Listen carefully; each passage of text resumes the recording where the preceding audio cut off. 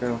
Okay, so corn on the cob is just about as fabulous as anything can get.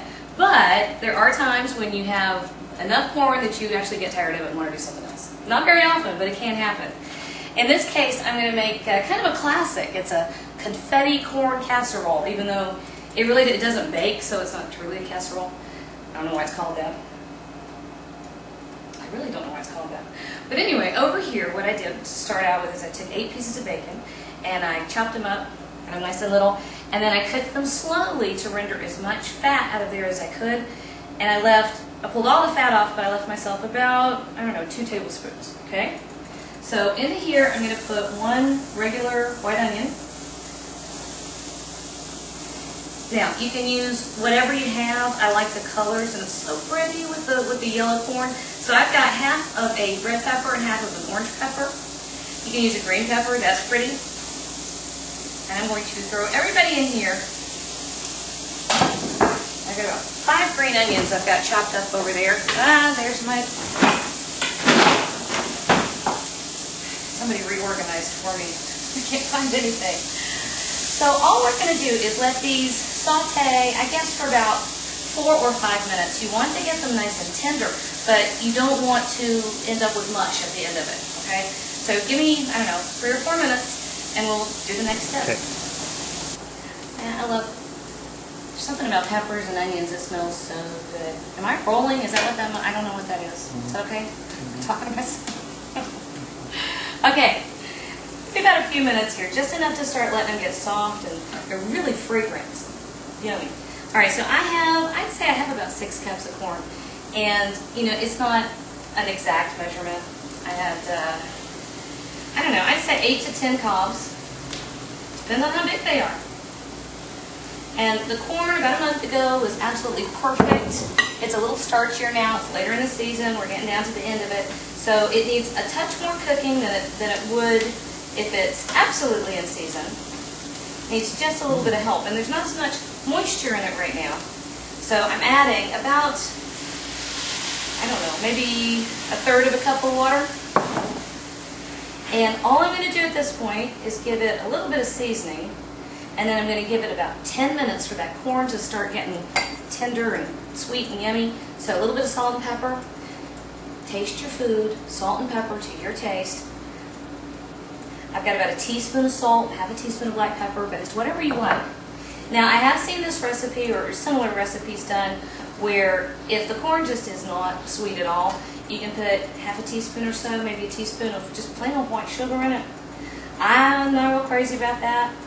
I know I'm a southerner, we like sugar and everything, but I got to draw the line at my corn. Okay, so now you can start seeing why it's a confetti. All right, so we're going to give him about 10 minutes. And when we come back, I'll show you how to knock out the super quick sauce that goes with it. I am ready. Okay, so we gave it a few minutes just to let the corn start getting sweet and tender. Now I've got here, I'd say that's just a touch more than an 8-ounce package. I buy cream cheese that you could build a log cabin out of in big blocks. So this is not the little neat one, but an 8-ounce package of cream cheese. And I didn't let it get soft, so in order to get it incorporated in there, break it up with your hands. It's a little easier if you take it out and let it soften up, but I don't always think ahead. So this is all that happens at this point. And this is almost done. This dish, I'd say, other than doing the bacon, which makes it take a few minutes, now you're in 20 minutes tops on this. If you manage to get your bacon done, all right, I'm going to reach behind you and grab a towel. Get your bacon done ahead of time, and your 14-year-old is not standing behind you trying to sneak it out of the jar before you use it. It takes even less time than that. Okay? Now, you can see here, we did this in the pan that we cooked the bacon in, and all those little tiny bacon bits that were down there, they've just about released all their goodness, and that's going to stay in our dish, which is where it needs to be, and not in the dishwasher, because it's delicious, and it's like nothing else. Okay, so last little bit before we call him done. Wow, it smells so good. A little touch of cream. You don't need much. I don't want they're fussing over they're using real food instead of all the low-fat stuff. It just tastes good. All right, so last little bit. I have several green onions. I think I had about 5, just however much you like. 3 to 6. That goes in there, and don't put them in there too soon because, green onions you could saute off just like a regular onion. But I love that little bright, little oniony pop against the corn. And I love the color. You don't want to lose all the color sauteing it. This is just about ready to go. All right, here we go. Here's why I wouldn't call it a casserole. So we'll put it in a casserole dish. You don't have to. You can put it anywhere you want. I just happen to have this one.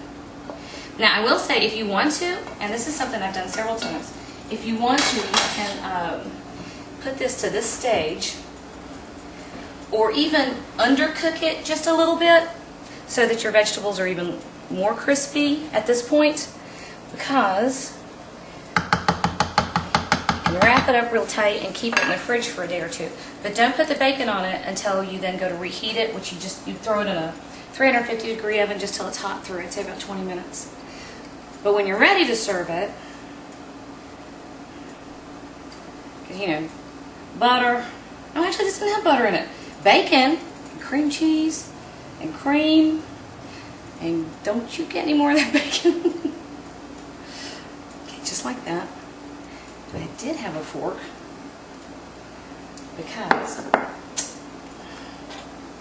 that is all done. And it's one of the most fabulous things that can happen to fresh corn. Okay? So confetti corn casserole, just good stuff.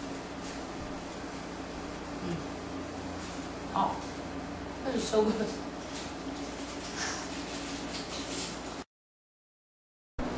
If you like this video and you want more great tips, tricks, and techniques, check out the website at thrillbillygourmet.com. You can like me on Facebook under The Thrillbilly Gourmet, and you can follow me on Twitter under Jan Charles or The Thrillbilly. I'm on Pinterest now too under Jan Charles. I've also got 2 brand new podcasts, both of which you can find on iTunes. The Thrillbilly Gourmet and The Food City Kitchen on WVLT with Chef Walter Lambert and Jan Charles. Now, make sure you subscribe, and you can ask a question, you can leave a comment, and I will get back to you as soon as I can. Thanks for visiting.